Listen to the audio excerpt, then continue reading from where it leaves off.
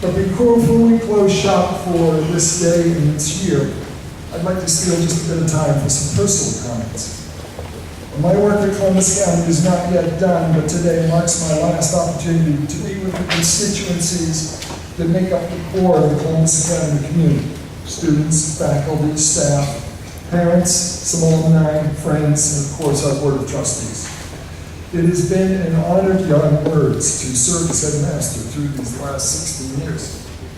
This is a difficult job, but it has been a constantly fulfilling one, primarily because of my associations with people whom I would like to recognize today. To Ms. Timmons and the Columbus Academy Board of Trustees, current and past, thank you for your thoughtful stewardship of this good and worthy school and for your wise counsel to me. As headmaster, it's not always easy to have 25 bosses. Heck, there are some people sitting behind you who will tell you it's not easy to have one boss.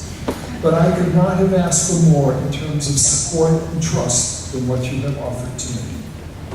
To Meredith, Kieran, Kessler, and all of the alumni of Columbus Academy, thank you for accepting me at your school. I came here at a time when coeducation was still in its early adolescence, and it's when some alumni were struggling with that decision.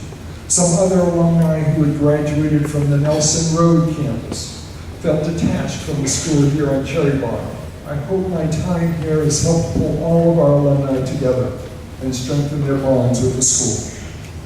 As I address the parents here today, I recognize that I am addressing mostly parents of seniors. And just as our seniors are ready to move on, it is also the case that parents get ready to move on as well. 2 weeks ago, we had a dinner for parents of new students who will enter the school in August. We cited to them how we hope that Columbus Academy will not only become their child's school, but will become their school as well. So parents, as you graduate today, or perhaps get ready to recycle with younger siblings, I hope you feel that this is your school. There is no more precious gift than one's child. And so I greatly appreciate the faith that you have shown.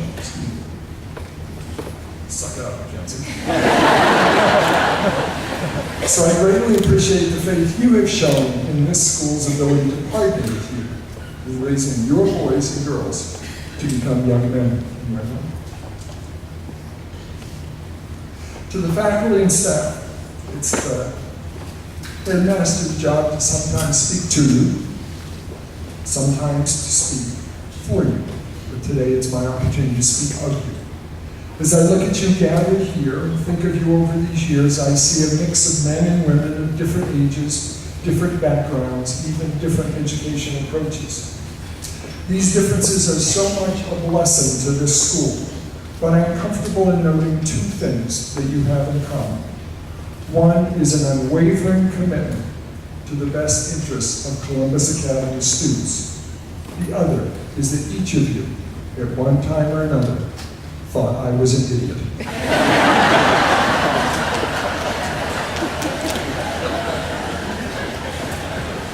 Despite that second unifying factor, please know of the huge respect I have for you as educators and as people. I am an incredibly lucky guy in that every day I have had the chance to go to work where so many of my best friends also work. It has been a privilege of the highest order to be your colleague. I've been asked often what I like most about the job, and it is undeniably being around kids. That is, after all, why I got into this career in the first place, and it has been its most sustaining force. To the class of 2013, I want to share that at the end of my first year teaching at a school in Connecticut, there was a going away event for a veteran administrator who was leaving that school. I distinctly remember him saying that your best memories are of your first and your last graduating classes. That was in June 1970. And I still remember that first graduating class very distinctly, although I'm not sure I want to think about the fact that they're all over 60 years old now. I've had to wait these 43 years to know whether that part about remembering your last graduating class was right. But as I think about you guys, I have a hunch it was right on target. You have done an impressive job leading the school this year, and what a pleasure it has been to see you grow from little lower school ankle biters to the senior class you have become. I can't think of a class with whom I would rather walk out the door.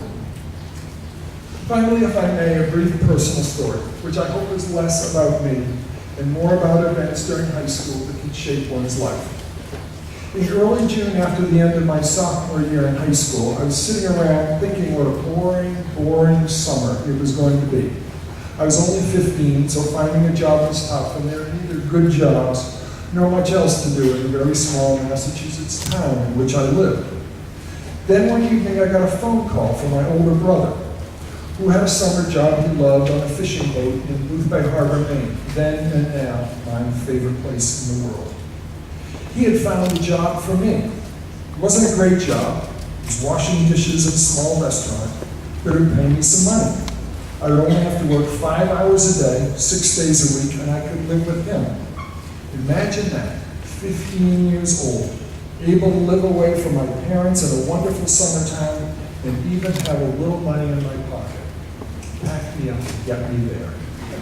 Except that about an hour later, I got another phone call. This one from the director of the summer camp, which I had been a camper for 2 weeks during each of the 5 prior summers. He was calling to offer me a job as a junior counselor at the camp, starting in just a few days and for the following 9 weeks. The job would be 24 hours a day with 1 day off a week. I would get paid nothing. Zip, zero, nada. Only room and board, rooming with 13-year-olds. Instead of a boring summer with nothing to do, I now had 2 choices. One job would be on the beautiful Maine coast with some money and some adult freedoms. The other one would offer almost no freedoms and absolutely no money, but would give me experience working with kids. And that part intrigued me greatly because I had such admiration for the camp counselors and, more importantly, the teachers and coaches who were making an indelible impact on my life. I chose that camp job, which led to 6 summers as a camp counselor, which led to teaching and coaching, which led to administration, which led, so very thankfully, to Columbus Academy, this school that I truly love. And that path started totally unexpectedly on a June evening with a telephone call when I was 15 years old. It was a bit of serendipity that came my way those many years ago with that opportunity to work with kids. My greatest wish to all of our students, seniors and underclassmen, is that you find opportunities that give you the same career satisfaction that I was lucky enough to find. I have sometimes wondered, what if I had chosen that other job option that summer, the one washing dishes in the Maine coast? But I didn't. And I don't know if that was my own version of Robert Frost's Road Less Traveled By, but I do know that it has made all the difference. Seniors, congratulations. Good luck. And now let's hear that music.